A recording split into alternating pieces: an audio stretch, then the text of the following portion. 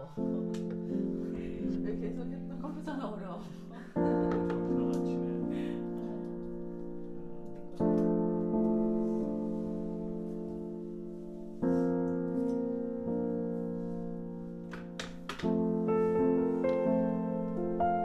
할렐루야. 오늘도 하나님께 우리 히즈라이프 처치는 최고의 예배를 드리길 소망합니다. 우리 먼저 하나님께 찬양하시면서 지금 제가 저번주에도 말씀드렸죠. 부활절이 끝났다고 해서 지났다고 해서 부활절기 전체가 끝난 것이 아니라 부활절은요, 부활절기의 시작입니다. 성령 강림주일까지 이렇게 지속되는 부활절기를 맞이해서 다시 한번 우리 무덤에 머물러 하나님께 찬양으로 영광 드리도록 하겠습니다.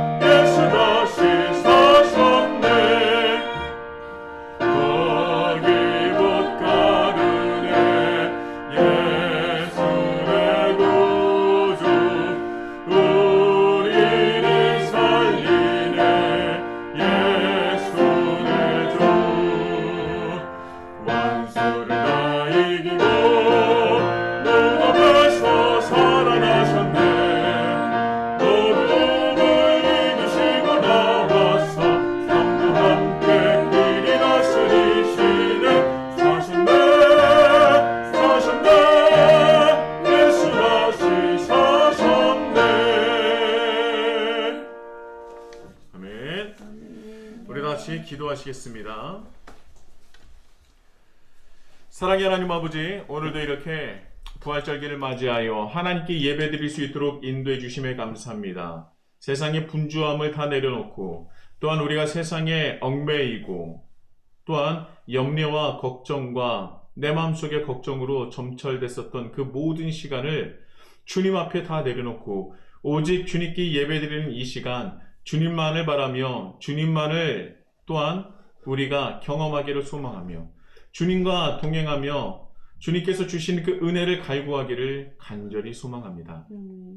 주님, 오늘 이 예배의 시간 그 어떤 때보다 주님을 더욱더 사랑하는 그 마음이 더욱더 커질 수 있도록 인도하여 주시고 또한 주님께서 우리에게 말씀하신 바를 다시 한번 경청하고자 노력하는 우리 히즈라이프 처치 한 사람 한 사람이 될 수 있도록 인도하여 주옵소서.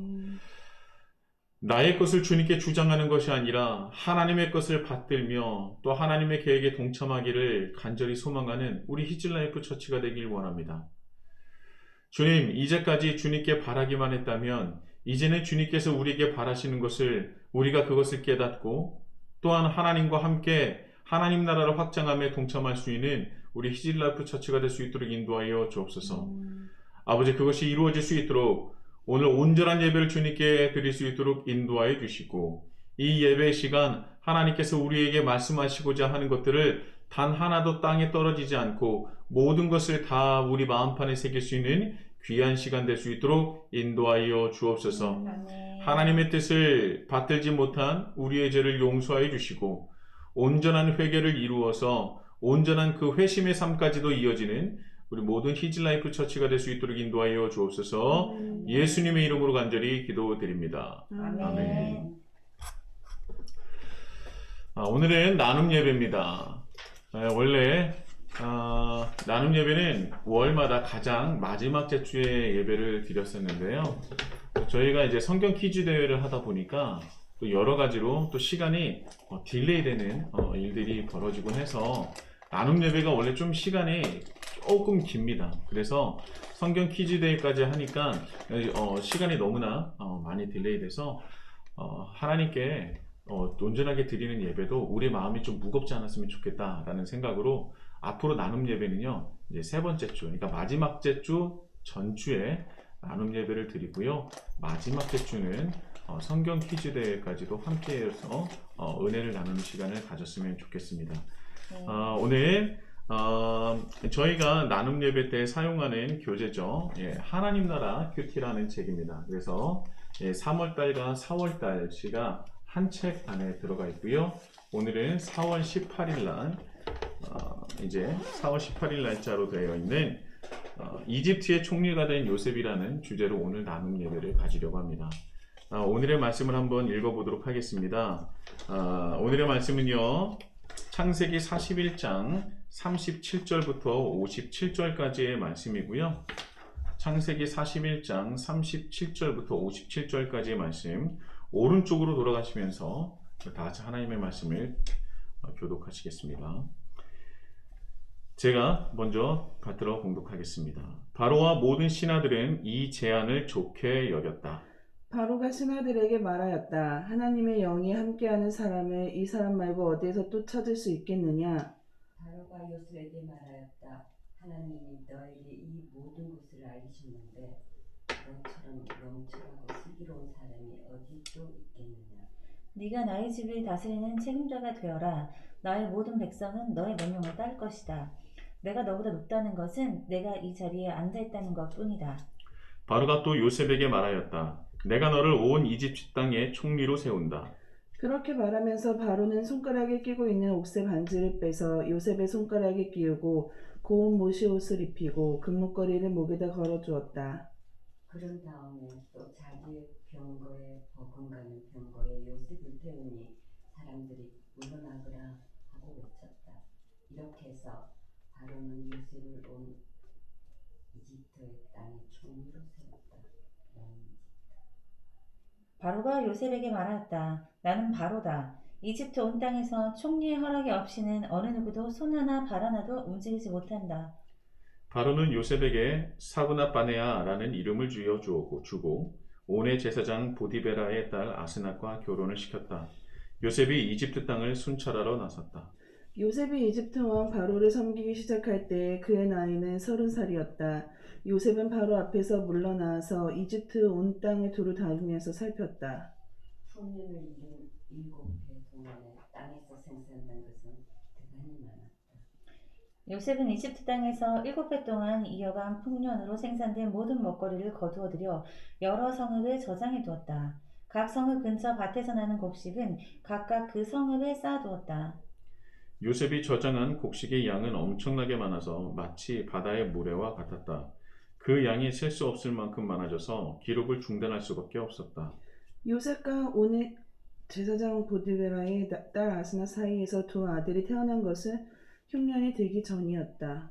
요셉은 하나님이 나의 온갖 고난과 아버지 집 생각을 다 잊어버리게 하셨다 하면서 아들의 이름을 므낫세라고 지었다. 둘째는 내가 고생하던 이 땅에서 하나님이 자손을 번성하게 해주셨다 하면서 그 이름을 에브라임이라고 지었다. 이집트 땅에서 7해 동안 이어가던 풍년이 지나니 요셉이 말한 대로 7해 동안의 흉년이 시작되었다. 온 세상에 기근이 들지 않은 나라가 없었으나 이집트 온 땅에는 아직도 먹거리가 있었다. 그러나 마침내 이집트 온 땅의 백성이 굶주림에 빠지자 그들은 바로에게 먹을 것을 달라고 부르짖었다. 바로는 이집트의 모든 백성에게 요셉에게로 가서 그가 시키는 대로 하여라 하였다. 온 땅에 기근이 들었으므로 요셉은 모든 창고를 열어 이집트 사람들에게 곡식을 팔았다. 이집트 땅 모든 곳에 기근이 심하게 들었다. 기근이 온 세상을 뒤덮고 있었으므로 다른 나라 사람들도 요셉에게서 곡식을 사려고 이집트로 왔다. 아멘. 자, 오늘의 말씀을 묵상하도록 하겠습니다. 일단은 첫 번째는 뭐 당연히 늘어나긴 하겠지만 15분으로 한번 맞춰보고 시작해 보도록 하겠습니다.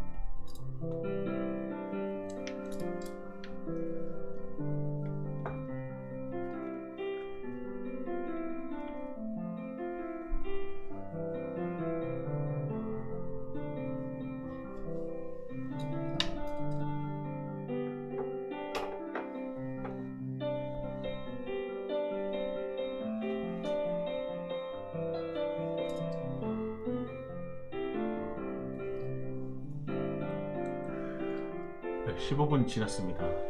조금 더 드릴까요? 네, 그렇죠. 조금만 더. 조금만 더.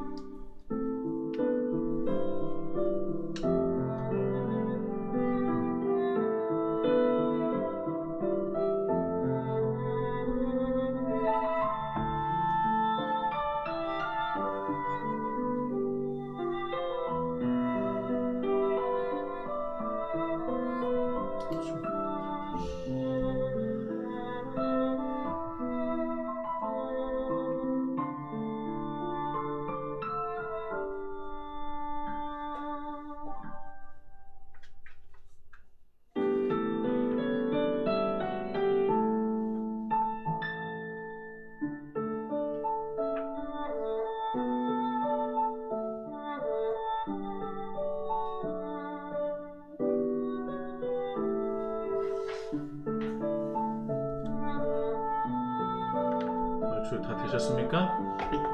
네. 네. 이상 안 나와요. 네, 이상 안 나옵니까? 네, 좋습니다, 좋습니다. 예.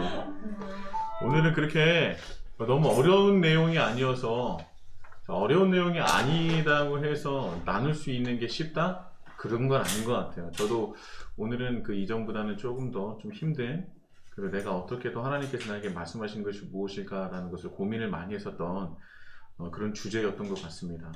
혹시 그 누가 먼저 어떻게 한번 나눠보시겠습니까? 오늘은 제가 먼저 할게요. 아, 예, 감사합니다. 1번에 보면 왕과 신하들이 요셉에게 모든 권한을 일임한 이유는 그냥 바로 알 수 있듯이 하나님의 영이 함께하는 명철하고 슬기로운 사람이라서 권한을 일임한 것 같아요. 네. 그걸 느낀 거죠, 사람들이. 그렇죠. 네. 그리고 2번에 보면 므낫세는 하나님이 온갖 고난과 아버지 집 생각을 다 잊어버리게 하실 때고 에브라임은 얘가 고생하던 땅에서 자손을 번성하게 하셨다고 했습니다. 그래서 이거를 그냥 생각해 봤을 때 힘든 가운데서 하나님이 나와 함께 하신다는 걸 느꼈고 또 형제들은 나를 버렸지만 하나님께서 나를 건져주심을 건져주신다는 거를 알고 있기 때문에 그런 상황이 맞는 게 아닌가는 잘 모르겠네. 네, 요셉이 어쨌든 두 개를 보면 뭐 계속 이어지는 것 같은데 하나님이 그냥 나와 함께 하신다는 거를 계속 알 수 있는 것 같아요. 그리고 3번도 그렇게 해석을 했는데 네. 어쨌든 7년의 풍년과 7년의 흉년을 이제 꿈으로 해서 알 수 있었잖아요. 그래서 보면 제가 제대로 이해한 건지 모르겠는데 하여튼 상황이 좋을 때는 그때를 누리지 않고 어려울 때 자신만 생각하지 않는 그리고 나의 이익보다는 우리를 생각하는 사람이어서 이렇게 행동을 하지 않았을까. 네. 그리고 항상 하나님이 함께 계시면 나의 삶을 지켜주신다는 걸 알았기 때문에 그렇죠. 네, 그 사명을 그대로 수행하고 있는 것이 아닌가. 오늘 말씀이 다 그런 것 같아요. 바로도 뭐 요셉한테 하나님께서 말씀하신다 그리고 그는 살아계신다는 뜻의 이름도 지어주시고 보면 오늘 말씀은 그냥 요셉이 하나님과 함께 산다는 것을 다 알고 있기 때문에 그에 맞게 모든 행동을 하지 않았나라는 생각이 들었습니다. 네. 어떻게 보면 지금 우리가 너무나 잘 알고 있는 말씀이기 때문에 이 안에서 뭔가 새로운 거를 발견하고 얘기한다는 것 자체가 거의 불가능한 것 같아요. 근데 이 안에서도 분명히 하나님께서 우리에게 말씀하신 것들이 있기 때문에 내가 나눔을 할 때 그 말씀이 나의 말씀이라고 생각하셔서 이 부분에 있어서 내가 일주일 동안 하나님께 주신 말씀을 가지고 한번 살아보겠다라는 그런 결단을 해보는 것도 참 좋을 것 같아요. 예, 그래서 우리 어떻게 보면 변하지 않고 하나님이 나와 함께 하신다는 그 요셉의 그 고백이 우리 은경자매의 고백이 됐으면 참 좋겠습니다. 예. 나는 귀한 나눔 너무나 감사하고요. 혹시 그러면 또 어떻게 하시겠습니까? 저요? 네, 뭐 혹시 하셔도 되고, 네.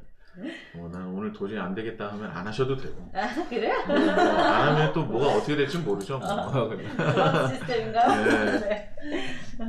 1번에 그 제국의 왕과 귀족을 비롯한 수많은 권력자들이 이 권력자들이 왕과 신하들이 요셉에게 모든 권한을 이루는 이유는 무엇일까라고 생각했었을 때 이때 지금 여기 부분에 저희 홈스쿨링하는 그 기관이랑 같이 공부하고 있거든요. 그래서 그 이집트 왕조를 배웠어요. 근데 거기에서 여기가 세누세레트라는 왕이 통치하던 시기인데 그렇게 보죠. 네. 그렇게 본대요. 추정한대요. 네, 네, 맞아요. 확실한 건 아니고. 네. 근데 그때가 엄청난 왕권 강화의 시기였어요. 그렇죠. 네. 그래서 근데 이 사람이 이렇게 얘기하잖아요. 내가 너보다 높다는 것은 내가 이 자리에 앉아 있다는 것 뿐이다 라고 얘기할 정도면 강력한 왕권을 가진 사람이 그 통치를 위임한다는 거구나라는 거를 다시 그 말씀을 보면서 느꼈어요. 그래서 그만큼 지금 꿈을 통해서 이집트는 극한 상황이구나, 극한 위기의 상황에 도달했구나라는 거를 이 왕이 깨닫고 요셉의 해석을 통해서 그 하나님이라는 분이 꿈도 주셨고 그 상황을 만드실 거고 그 상황을 해결도 하실 거라는 거를 느꼈던 것 같아요. 그래서 이 강력한 통치권을 위임한 그 사건을 그렇게 봤고요. 이번에 두 아들을 낳았는데 그 이름과 상황, 이 요셉의 그 상황에 대한 어떤 이해, 이런 것들을 살펴봤었을 때 요셉이 17살이 노예로 팔려가잖아요. 근데 그때 그 앞에 말이 요셉은 형들의 허물을 일러 바치는 자였다. 말씀에 그 말이 나오더라고요. 그러니까 아빠한테 눈치 없이 막 형들이 뭐 있으면 꼬치꼬치 이르고 막 이래서 형들과의 관계를, 저는 실은 그 야곱의 편에만 집중을 했어요. 그래서 형들과의 관계가 나쁜 거는 야곱이 편애하니까 형들이 요셉을 싫어한다, 딱 이 사실만 집중했는데 다시 앞을 넘어가서 보니까 요셉도 눈치 없이, 그러니까 상황 파악을 요셉도 못하는 자였구나, 그리고 성품 가운데 다듬어져야 될 것이 있었구나 라는 거를 봤어요. 그래서 그 일러 바치고 남들을 감싸주지 못하는 그런 측면, 그런 게 있었는데 이제 13년의 고난을 받고 30세에 총리가 되는 지금 그 장면이잖아요. 그래서 이제 그 풍년의 시기, 30대 총리가 되고 풍년의 시기 때 두 아들을 주셨다는 것도 의미가 있는 것 같아요. 어려워지기 전에 계속 거둬들이는 그 기쁨의 때에 아들 둘도 주셨는데 첫 번째 아들의 이름은 므낫세. 그래서 고난과 아버지 집 생각을 다 잊어버리게 하심에 봤을 때 온갖 고난은 과거에 안 좋았던 상처들을 요셉이 그래도 갖고 있었던 것 같아요. 형들한테도 버림받고 아버지를 찾을 수 없고 나는 노예였고 나는 감옥에 갇혔고 이런 여러 가지 상황들, 죄수였고 이런 상황들, 그리고 또 이제 수관원장한테 2년 동안 또 배신당한 거잖아요. 나 아예 그거 해준다 그랬는데 나를 기억해준다, 꺼내준다고 맞아. 그런 건데 막 입싹 닦은 거니까 요셉은 안에서 또 그런 거에 대한 상처도 있었을 것 같아요. 근데 그 온갖 고난은 그 복합적인 그 고난, 받은 상처, 이런 것들을 그때 털어버릴 수 있지 않았을까 하는 생각이 들었어요. 므낫세를 얻었을 때. 그래서 과거에 안 좋았던 것에 대한 상처를 털어버릴 수 있고, 그리고 또 아버지 집 생각을 잊어버리게 했다는 거에 그 집 생각이 향수, 가나안에 대한 향수, 이런 거를 생각하다가 요셉은 그때가 가장 좋았겠구나. 내가 내 인생을 통틀어 봤었을 때 내가 돌아가고 싶은 때가 있다면 그때를 생각했구나. 17살 이전에 아버지한테 사랑받고 온갖 채색옷과 이런 좋은 것들을 누릴 수 있었던 그때를 가장 돌아가고 싶었던 때로 여겼던 것이 아닌가. 근데 딱 이제 므낫세를 낳았을 그 상황에 그 과거에 대한 향수까지도 딱 정리하고 앞을 볼 수 있는, 현재와 그 미래를 볼 수 있는 그런 눈들이 생긴 게 아닌가. 그래서 심리학에서 항상 과거를 생각할 때 상처만 안 좋을 것 같지만 과거의 영광도, 과거에 너무 좋았던 그 영광도 본인의 앞에 삶의 문제가 될 수 있대요. 계속 그거에만 집중하게 되니까 내가 가장 좋았던 그 영광을 누리던, 영화로웠을 때 계속 집중하게 되니까 현재를 잘 바라볼 수 없는 시각을 갖게 만든다고 하더라고요. 근데 과거의 상처도 문제가 되지만 크게 누렸던 영광도 문제가 된다고. 근데 그때 그게 이 므낫세의 이름에서 요셉은 이 므낫세를 낳았을 때 이거 두 가지를 다 하나님께서 마음속에서 다 정리할 수 있게 해주셨다는 것 느낌이 들었어요. 그리고 에브라임은 이제 이 고생하던 이집트 땅에서는 진짜 감정적으로는 싫었을 것 같아요. 근데 하나님이 자손을 번성하게 해주신다고 했었을 때 그 자손의 의미는 야곱으로부터, 아브라함, 이삭, 야곱으로부터 이어오는 약속의 계승자라는 의미를 확실하게 심겨주신 것 같아요. 실은 30살 이전까지는 결혼도 안 했고 아이도 없었잖아요. 그러니까 약속의 계승자라는 느낌이 확 와닿진 않았을 것 같아요. 뭐 결정적인 꿈도 꾸고 그거 간직하고는 있었겠지만 눈에 보이는 건 없잖아요. 근데 아들을 둘을 연달아서 딱 주었을 때 내가 아버지 야곱으로부터 계속 하나님에 대해서 들었는데 그 약속, 할아버지 그 약속들한테 이 내려져 오는 네 자손을 번성하게 해갖고 그 땅을 주겠다고 하는 그 약속의 계승자가 바로 나구나 하는 증거를 에브라임을 통해서 또 낳으면서 얻었던 것이 아닌가 싶어요. 그래서 그때 정확하게 추정할 수는 없지만 저는 이때에 그 두 아들을 낳았을 때 은경자매가 말했던 하나님은 나와 끝까지 함께 하시는데 그걸 증거로 보여주시기도 하시는 하나님이다 라는 거를 느꼈을 것 같아요. 그 이전에는 그러니까 하나님은 함께 하시긴 하지만 조금 내 상황이 조금 그렇잖아요. 네. 그런데 그때 하나님께서 진짜 함께 하시는 거를 나를 통해서 드러내고 계신다는 굉장히 확증. 물론 곡식들이 많이 거쳐지고 막 이런 거 그런 상황이 좋아질 수 있지만 나는 나를 집중하게 되잖아요. 인간은 어쩔 수 없이. 근데 그때 자손을 번성하게 하셨을 그 당시에 그런 느낌을 받았을 것 같고, 세 번째는 풍년 7년 동안, 흉년 7년 동안 그 요셉이 어떻게 사명을 수행하고 있었을까 했었을 때 저는 온 땅을 두루 다니면서 살폈다, 순찰했다, 계속 이런 말씀들이 나오는데 그거에 집중하게 되더라고요. 그냥 가만히 앉아 있었던 사람이 아니구나. 실제로 그 이집트가 그 나일강에 따라서 되게 넓더라고요. 네, 맞아요. 근데 아마 그거를 다 돌아다녔다는 거, 그걸 계속 순찰했다는 거, 그리고 각 성읍에, 그러니까 중앙으로 곡식을 올려보낸 것도 아니고 그 각 성읍에 저장하게 하려면 각 성읍의 그런 구조, 거기에 창고 같은 거 어떻게 만들어야 되고 계속 돌아다니면서 봤었어야 될 것 같아요. 근데 그렇게 그냥 앉아서 일하는 사람이 아니라 몸으로 엄청 뛰면서 움직였던, 열심히 일했던 그런 사람이었구나 라는 거, 그 사명을 그렇게 열심히 수행하고 있었고, 그래서 하나님께서 곡식의 양이 바다의 모래와 같이 셀 수 없이 그렇게 만들어주셨을 그때에 흉년이 들었을 때 이집트 백성들한테도 곡식을 팔았지만 다른 나라 사람들도 이 곡식을 얻으러 오면서 하나님이 살아계심을 그걸 통해서 이집트에만 남아있는 곡식들을 통해서 보지 않았을까 그런 생각을 했습니다. 맞아요. 지금 보면은 거의 많이 비슷한 부분이 저랑도 비슷한 부분이 굉장히 많은 것 같아요. 그래서 제 말씀을 좀 드리면서 같이 한번 마무리를 한번 해봤으면 좋겠습니다. 지금 보면 이 요셉의 말씀이 어떻게 보면 그 창세기에서 정말 가장 많은 분량을 차지하는 것 같아요. 그러니까 이제 요셉이 이제 말씀이 시작되는 게 37장부터입니다. 37장부터 시작이 되고, 그리고 창세기가 어떻게 끝나느냐? 요셉의 죽음으로 끝나는 게 창세기예요. 예. 그러니까 하나님께서 천지를 창조하신 그 창조의 기사부터 시작해서 하나님의 역사하심, 일하심, 그리고 하나님 나라를 확장하는 것, 그리고 그것이 어떻게 시작되고 진행됐다는 것, 이거의 어떤 마침표를 요셉의 어떤 그 일생으로 이제 그 마침표를 찍었다는 것은 참 큰 의미가 있다라고 생각을 합니다. 그래서 요셉의 죽음으로 끝나요. 50장에 보면 요셉의 죽음으로 끝난다는 것, 그것도 왜 하나님께서 굳이 또 이렇게 창세기의 마지막을 또 이렇게 요셉의 그 죽음으로 끝났는지 한번 우리가 다시 한번 생각해 봤으면 좋겠고요. 저는 여기서 보면 이제 총리가 된 요셉이라고 하면은 사람들은 대부분 진짜 요셉 진짜 잘 됐다. 요셉 출세했네. 그동안 고생한 거 다 보상받겠네 라고 생각을 해요. 그런데 저는 이렇게 생각합니다. 이거는 요셉의 승리이기도 하지만 가장 큰 건 하나님의 승리라고 생각을 해요. 하나님의 승리, 하나님의 입장에서 봤을 땐 하나님은 요셉이 변화되기를, 그러니까 아까 우리 사모님께서 말씀하셨던 그도 버려야 될 것들이 있습니다. 다듬어져야 될 것들이 있어요.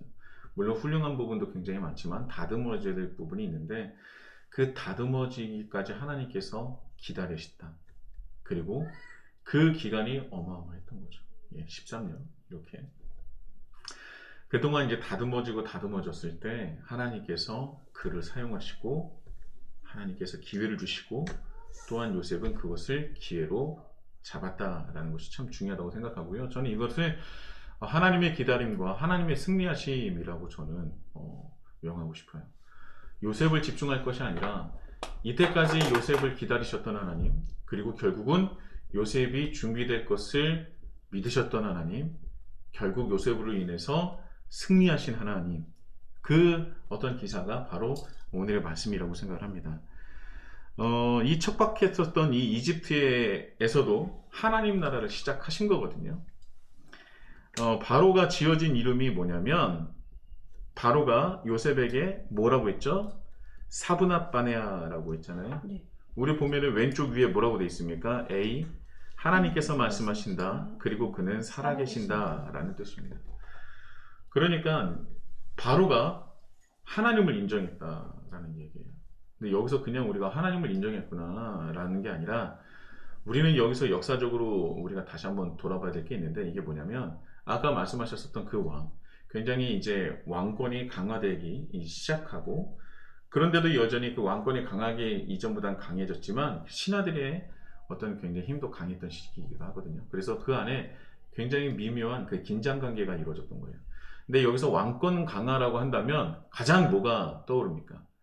우리가 이제 우리 역사 공부하면서도요, 왕권 강화에 이퀄 무조건 나오는 게 있어요. 정도. 왕권 신수설. 예. 내가 곧 신이다. 예. 신의 아들이라는 거예요. 이게 거의 대부분 왕이 자기의 어떤 그 왕권 강화를 위해서 사용하는 것이 뭐냐면 왕권 신수설. 예. 결국 어디까지 가느냐? 내가 신의 아들이라는 거거든요. 바로 이집트의 왕이 신의 아들로 불렸던 시기가 바로 이때예요. 이전에도 있었지만 왕권이 강화되면서 신의 아들이라는 것들이 굉장히 강화됩니다. 그걸 가지고 왕권을 굉장히 강화를 시켜요. 그런데 신의 아들이 이방인의 신을 인정했다는 것은 이건 어떻게 보면 굴욕적인 일일 수도 있어요. 왜냐하면 신의 아들이 해결을 못하는 거잖아요. 네. 그렇죠? 신의 아들인 내가 해결하지 못하는데 이방인이 또 그 이방인 중에서 그가 믿는 신은 다른 신을 인정하지 않는 신이야. 오직 유일한 신인데 그 신을 내가 신의 아들인 내가 인정을 했다는 것은 진짜 우리가 생각했던 것보다 어마어마한 일입니다. 그냥 지나칠 수가 없는 일인 거예요. 예.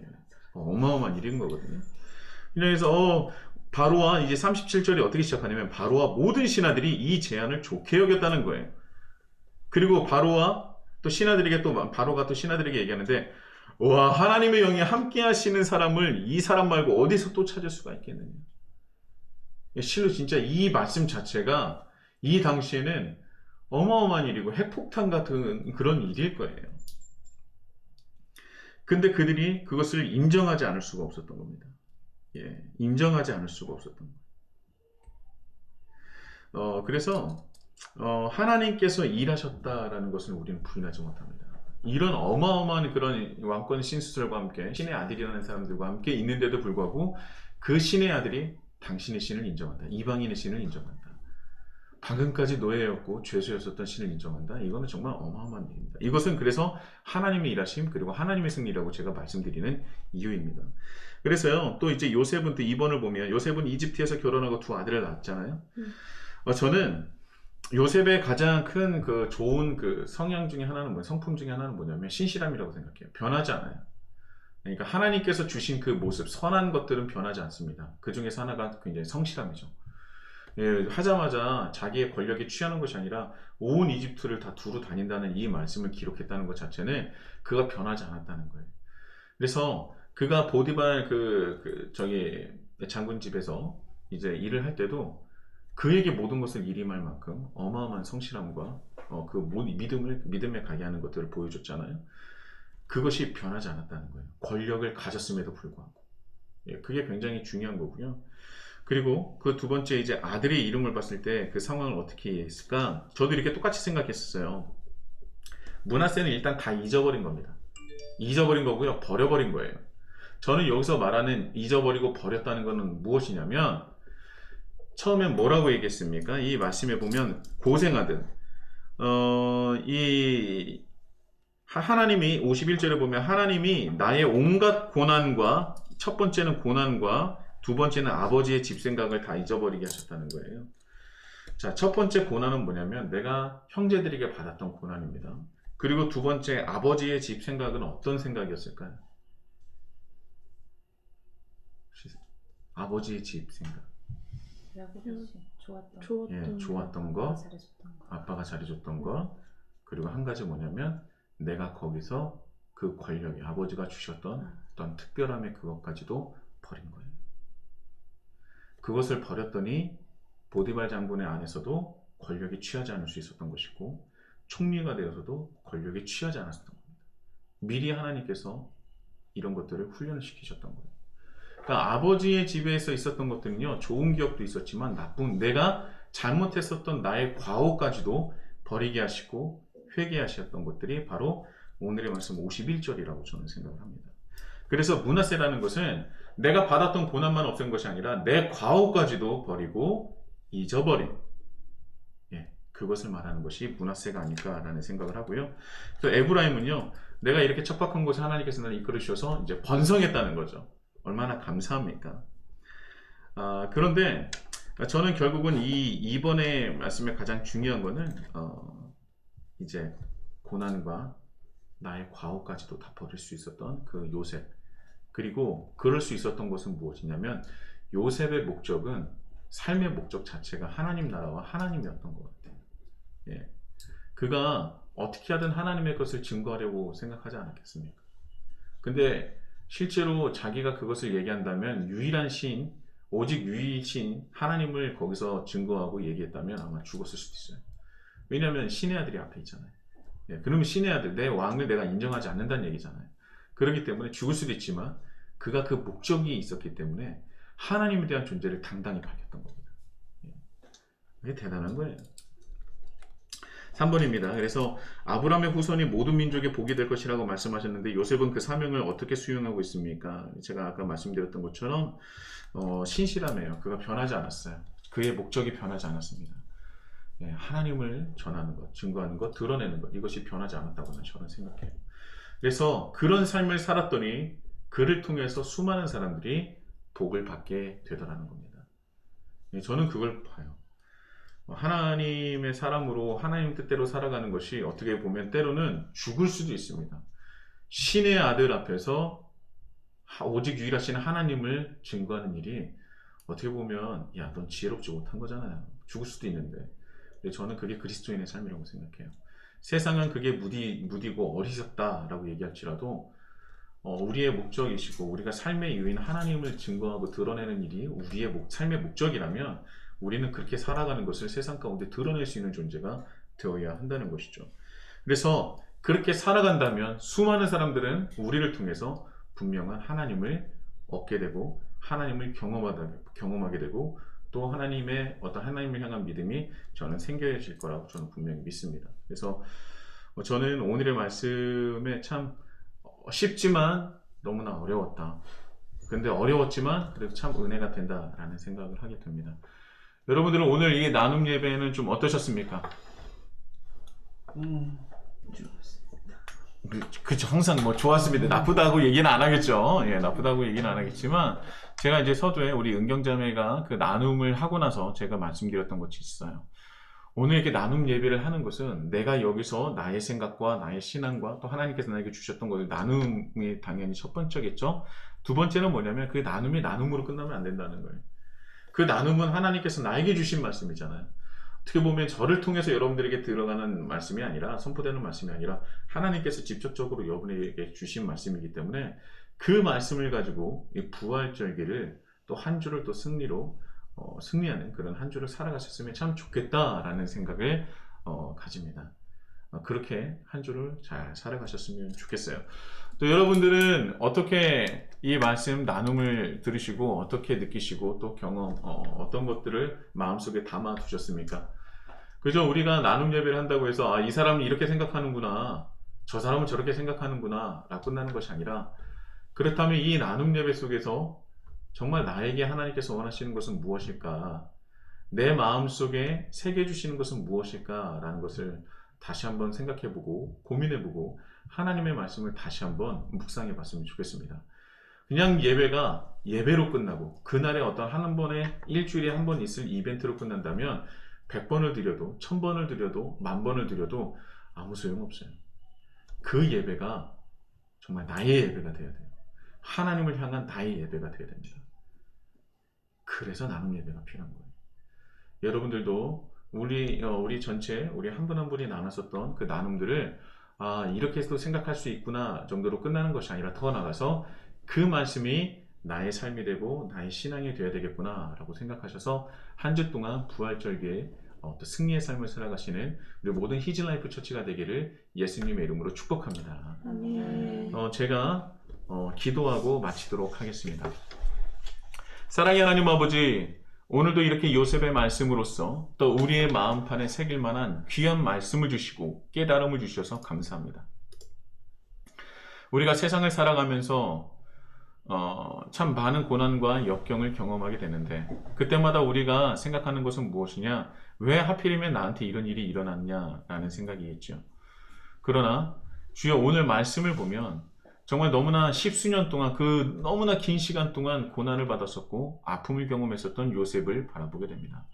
그러나 그가 끝까지 주님의 어떤 나와 함께 하신다는 그 믿음을 잃지 않고 주님께서 또 원하시는 대로 삶을 살아가자 요셉을 통하여 수많은 사람들이 주님을 알아가게 되고 또한 복을 받게 된다는 것을 깨달았습니다.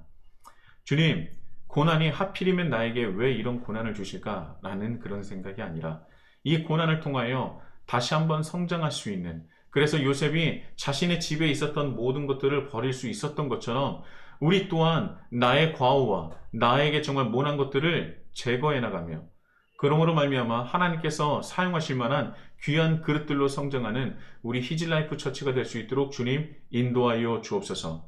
오늘의 말씀이 우리의 말씀이 될 수 있도록 인도해 주시고 그 말씀을 통하여 한 주를 승리하는 우리 히즈라이프 처치가 될 수 있도록 주님 역사하여 주시옵소서. 예수님의 이름으로 간절히 기도드립니다. 아멘. 이제는 우리 주 예수 그리스도의 은혜와 하나님 아버지의 극진하신 사랑과 성령님의 감화감동 역사하심이, 그 충만하심과 영원하심이 이제는 나에게 찾아왔었던 모든 고난과 아픔과 어려움을 다 잊어버리고 내려놓고 요셉이 하나님께서 나와 함께 하신다는 그 믿음이 나의 믿음이 되기를 소망하는 이 자리는 모든 주님의 백성들 머리 위에 이제로부터 영원토록 함께 하시기를 간절히 축원하옵나이다. 아멘.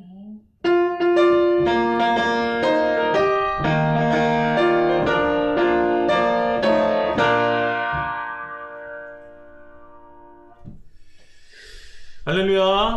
네, 감사합니다. 오늘도 이렇게 또 귀한 날 또 함께 예배드릴 수 있도록 인도하신 하나님께 감사드리고요. 우리가 이것을 그냥 한 주 동안에 한두 시간 정도 하나님께 내가 드리는 게 전부다라고 생각을 안 하셨으면 좋겠고요. 우리 삶을 주님께 드렸으면 좋겠어요. 그래서 우리는 부활에 참여한 자입니다. 부활에 참여한 자예요. 사망 권세를 깨신 예수 그리스도가 첫 열매가 되셨고요.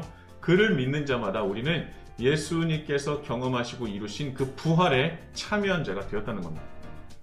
그래서 한 주 동안 어떻게 지내셨는지 모르겠지만 이번 주에는요, 정말 부활에 참여한 자로서 오늘 우리가 요셉을 이제 은혜 나눴는데 그 요셉의 삶이 우리의 삶이 되고 요셉의 승리가 우리의 승리가 되고 하나님의 승리가 또 우리의 승리가 되는 귀한 그 역사가 있는 한 주를 보내셨으면 참 좋겠습니다.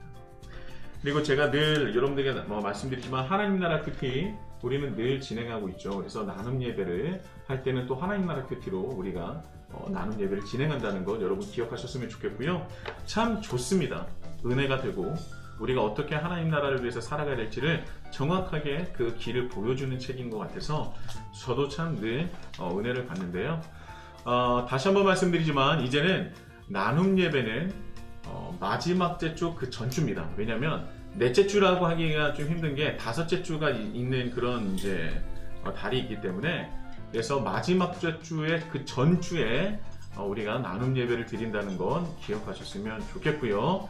그 이유가 바로 오늘 소식 세 번째인 퀴즈 대회가 있기 때문입니다. 이 나눔 예배가 실제적으로 좀 오래 걸려요. 예. 나눔 예배가 조금 더 한두 분이 더 참여하게 된다면 굉장히 길어지기 때문에 성경 퀴즈 대회까지 하게 되면 굉장히 늦게 끝나거든요. 저는 예배를 그렇게 당연히 오랜 시간 동안 드려도 참 감사하다고 생각하지만 그러나 우리가 이 예배뿐만 아니라 또 삶의 예배를 드려야 되기 때문에 그것을 또 중점으로 우리가 두어야 되지 않겠습니까? 그래서 부득이하게 마지막 주 전주에 나눔 예배를 드리고 마지막 주는 우리가 부족하지만 그래도 퀴즈 대회를, 성경 퀴즈 대회를 진행하려고 합니다. 이번 4월 달에 있을 퀴즈 대회는요, 우리 컬러 스토리 바이블 44과에서 61과까지 말씀이고요. 열왕기상 12장까지 분량입니다. 여러분들이 한 번만이라도 보시면 한 번은 조금 부족하다고 그러더라고요. 한 두어 번 정도 보시면 좋은 결과가 있으니까 읽는 게 중요합니다. 그리고 읽고 내 머릿속에 새기는 게 중요하니까 우리 또 4월 퀴즈대회까지 같이 준비하시고 기대하셨으면 좋겠습니다. 감사하고요. 다음 주에 기쁜 마음으로 우리 같이 보겠습니다. 감사합니다. 수고